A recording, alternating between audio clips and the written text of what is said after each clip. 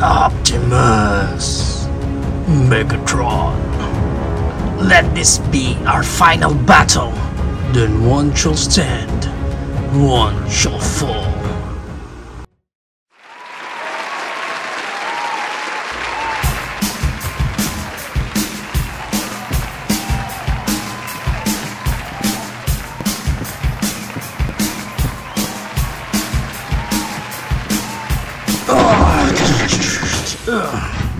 You lose, Megatron.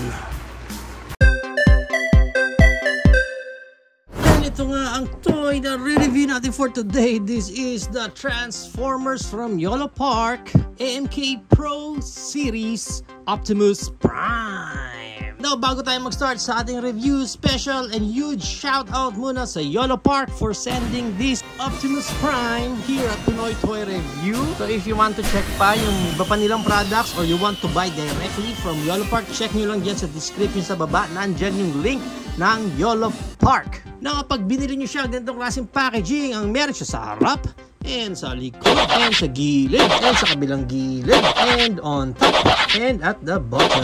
Yan. Huwag ka magugulat dahil hindi lang yan ang packaging niya, dahil pag tinanggal mo tong cover ng box niya, may nakabaliktad na Optimus Prime. Hindi, baliktad pala. So may box yung box nila. And sa inner box niya, yan naman ang design ng box niya sa harap, and at the back, and at the side, and at the other side, and on top, and at the bottom. Down.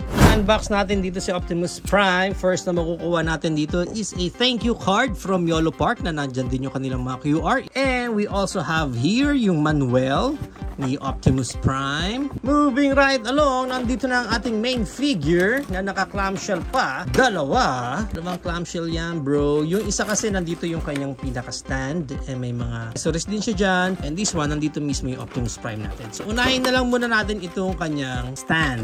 First, nandito yung stand niya. Actually, yung stand niya halos parang same lang nung kay Megatron. Yan ang details niyan. Sa ilalim, wala na. Nandito yung stand niya. Yan, na ikakabit lang natin yan.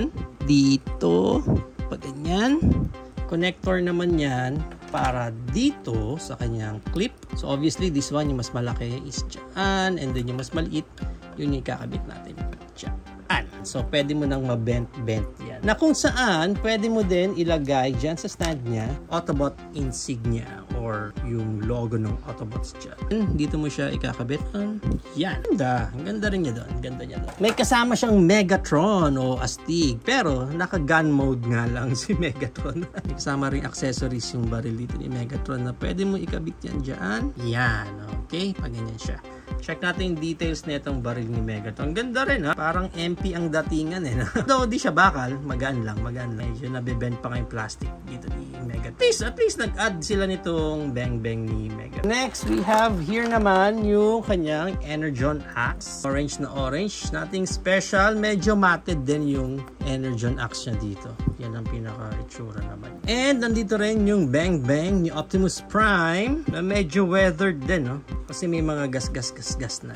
Yan. So, hindi bakal itong barrel niya. Although, nandito yung switch mamaya nung sa light effect naman niya. Okay? Pero astig yung barrel niya siya. May iba pa siyang accessories dito, pero mga part na to ng kanyang robot mode mamaya. Moving right along sa clamshell ng ating Optimus Prime. Siyempre, unahin natin yung kanyang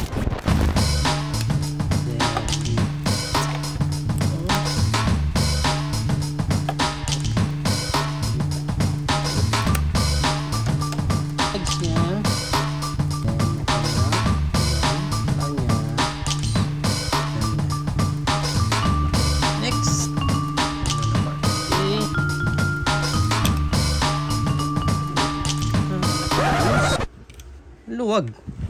Ang luwag ng part na to. Luwag. Natatanggal siya. Compared dito sa isa, itong isa hindi natatanggal yun. Masikip. Pero this one, ayun o, natatanggal.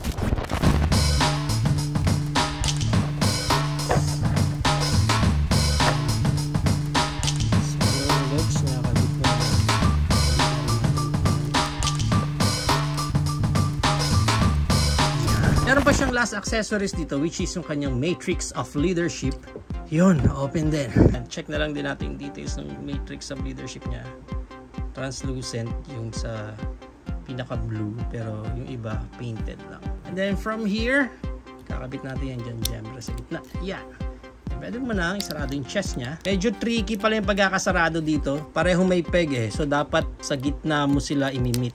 Kaya pala medyo mahirap siya buksan. So, eto na si Optimus Prime. Pag nabuo na natin siya. Okay, check muna natin yung details niya. Yung head. Ganda ng head. Chest. Ganda oh. Parang second hand na kaagad yung laruan natin dahil sa mga weathering na meron sa kanya. Which is good. And ang ganda. Nag-complement yun sa kanya. Sa overall design ng Optimus Prime natin. Ganda oh. Yan oh. May mga weathered kaagad, diba? Sa camera, akala mo may mga dumi lang talaga eh. Kaya itsura niya sa gilid. Yan oh. Ganyan talaga yung design ni Prime. Sa likod, ganda. Malinis na malinis sa likod.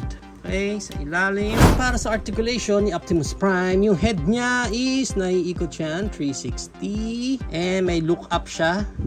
Ganda yung look up niya and may look down. Pagdating sa shoulder niya, may arms wide open siya na ganyan. Ah, ganda. Creed moment talaga. And naro-rotate din ng ganyan yung kamay niya.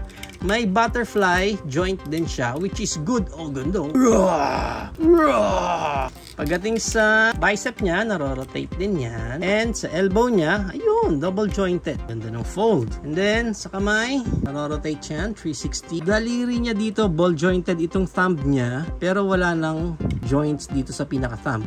Yung sa apat na fingers niya, index niya, yung may articulation lang na isa. Na-articulate din, pati yung gitna. Ayan, no? Pwede siyang mag-fettuccine. Pagdating dito sa middle ng body niya, sa may chest area, nandun ulit yung articulation niya, swing articulation dyan. And pwede rin siyang mag-ab crunch. It's the final countdown. Sa waist niya, na-rotate siya ng ganyan kasi dyan natin siya kinabit. And yung kanyang mga skirt, naangat yan. Naangat din to since ball jointed dyan. Pwede mo mai-side pa ng konti. Yung side skirt niya, naangat din yan ng ganyan. Yan. Yung sa likod na skirt, naangat din. And yung kanyang Vandam split. Ooh, ganda. Split na split. And yung kanyang high kick. Half lang kasi tumatama na sa skirt niya. Back kick. Half lang din. Pero goods na, goods na. Yung legs ulit niya dito, tulad ng ibang YOLO Park natin, ayan, na-extend din siya pababa. Pagdating sa thigh niya, na-rotate siya. And then sa kanyang knee bend, ganda. Ganda nung knee bend. Double jointed talaga. Ang ganda. Parang sarap i-pose talaga nito. Pagdating sa paa, pwede mong maangat. Actually, konti lang pwede mong maangat sa paa niya. Konti lang yung movement dito sa paa. Parang yan. Ganyan-ganyan lang. Ayan, no? Yun yung pinaka-movement niya. Konti lang. Ang marami itong toes niya. Yan. Kasi na-up and down din itong toes niya. Anyway, medyo weird nga eh. Medyo weird itong si Optimus Prime pag tinatayo ko siya. Parang there's something off sa mga paa niya. Hindi niya gaanong ma-flat yung paa niya. Bakit kaya? Supposed to be dapat nakakatayo siya ng maayos kasi malapad naman yung paa niya. Pero para sa Prime na to, parang hindi siya ganun. Sturdy yung paa niya. Now, itry naman natin yung kanyang mga weapons dito. Tulad na... So, try muna natin si Megatron pag hinawakan niya. Yan. Oh, nice. Okay ah. Okay guys, oh. Oh, di ba? Ganda, oh. Ayan, oh. Kaya niya eh. Kaya niyang hawakan si Megatron. Nice, nice. Try naman natin yung Energon Axe. Pop off natin yung kamay niya yan. And ilagay natin itong kanyang Energon Axe. Noon. Ganda, oh. Okay. And then lastly, yung kanyang blaster. May paglalagyan ka ng blaster niya. Yan. Doon may peg doon na pahaba. Doon mo siya ilalagay. Yan. Okay, magandang grip. O yun si Optimus Prime, ha? Fully cobble bond. Nice, ganda. Now, ang mga bakal na parts sa Optimus Prime natin na to is itong toes niya, itong knee pads niya, legs niya, yan, mga bakal yan. Also, itong nasa biceps niya, yan dalawa na yan, bakal din yan. And itong chest area niya, sa windshield ng truck niya, die cast din, yan. And isa pa sa magandang feature ng Optimus Prime natin na to is battery operated yung sa ulo niya. So, tatanggalin lang natin itong head niya dyan. Makita nyo may lagayan ng battery doon. And ang battery niya is 3 volt or CR927, which is meron tayo dito naka-ready. And pag kinabit natin siya, ganyan. Yan. And sarado natin. And then, para ma-open natin yung light sa mata niya, itong switch ng baril niya. Parang babatukan mo siya ng baril niya. Poink. Poink. Ayaw.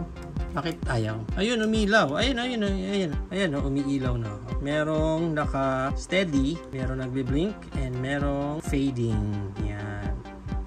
Magfe-fade naman yung ilaw niya. Yan. Okay? Doon muna tayo sa steady. Pero bakit hindi umaabot yung ilaw sa ulo niya? Wala, hindi umaabot yung ilaw dun sa ulo niya. Bali, wala yung ilaw. Nasa batok lang niya. Bakit ganon? Yung ilaw na yan is tatakbo pamunta dito sa harap. Baliktad siguro. Feeling ko baliktad. Babaliktarin ko ha. Kasi wala, hindi talaga umaabot yung ilaw sa harap. And so tinanggal ko muna yung mask dito ni Optimus Prime. Yan, kasi huhugutin natin yung buo eh. Kailangan matanggal natin ng buo itong pinagkakabitan ng battery niya. Try natin ikabit ng pabaliktad. Okay, ayan, nahugot na natin. So, paharap siya dapat dito. Yan. Okay, testing. Oh, di ba? Oh, yan. Ngayon, try natin na ikabit na yung buong mask ulit ni Optimus Prime. Okay? Let's see if gagana na. Uy, ba't ayaw? Yun, oh, di ba? Baliktad nga. Successful. Yan, at least may ilaw na yung mata ni Optimus Prime. Oh, di ba? Mas okay na. Buong ulo niya na umiilaw. Oh, blinking. Pag naghihingalo na si Optimus Prime, nangihina na ako, Bumblebee. Now, para sa height ng Optimus Prime natin na to, ang height niya is around most 9 inches. So, mga 8.5 inches siya. Maganda niya, i-compare pa natin siya sa iba pa nating YOLO Park products tulad ng ating AMK series YOLO Park Optimus Prime na bigay sa atin ni Sir Ralph Cifra, and isa pa nating YOLO Park AMK series na si Optimus Primal, na custom naman by Pinoy Toy Review. Ating AMK series from Wave 2 na si Scourge, at ang ating another AMK Pro Series Megatron. Pagpalitin natin sila. So yan ang ating high comparison. If you are planning to buy this AMK Pro Series na Optimus Prime, ang price range niya is around 3,000 up to 3,500 pesos. Depende na lang again kung saan kayo makakuha ng specific copy nyo nito.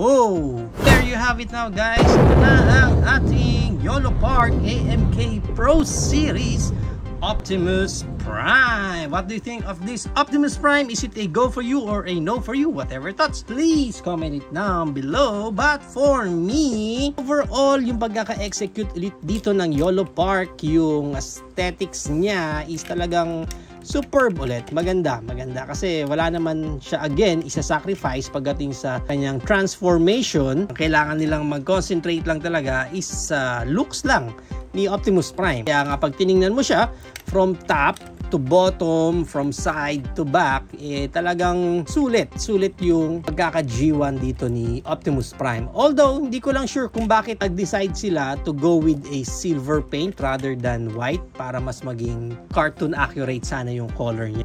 But ganun pa man, yung mga weathering na nilagay nila dito is bumagay naman sa kanya kahit na magmumukha talagang luma yung toy kasi nga naka-weathered na.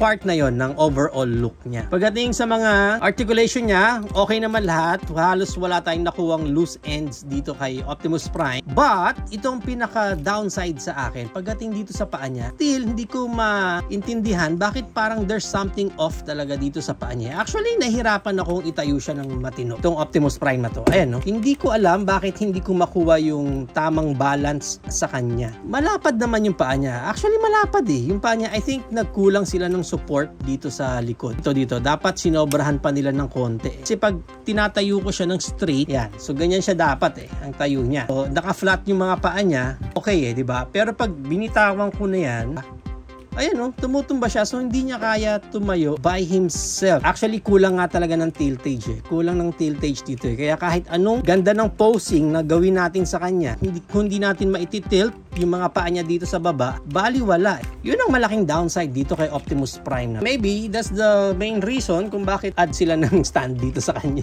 Other than that, wala naman na akong ibang angal dito kay Optimus Prime, pero medyo critical lang talaga yung issues niya doon sa paa. Overall, for me, maganda pa rin itong Optimus Prime na to, and I think kung meron kang Prime Shrine dyan sa collection mo, magandang addition to para sa collection mo. And kung ikaw naman yung type ng collector na gusto mo lang magkaroon ng Megatron and Optimus Prime sa display mo, ayaw mo nang kompletuhin yung buong Autobots and Decepticons, then perfect tong dalawa na to para sa collection mo.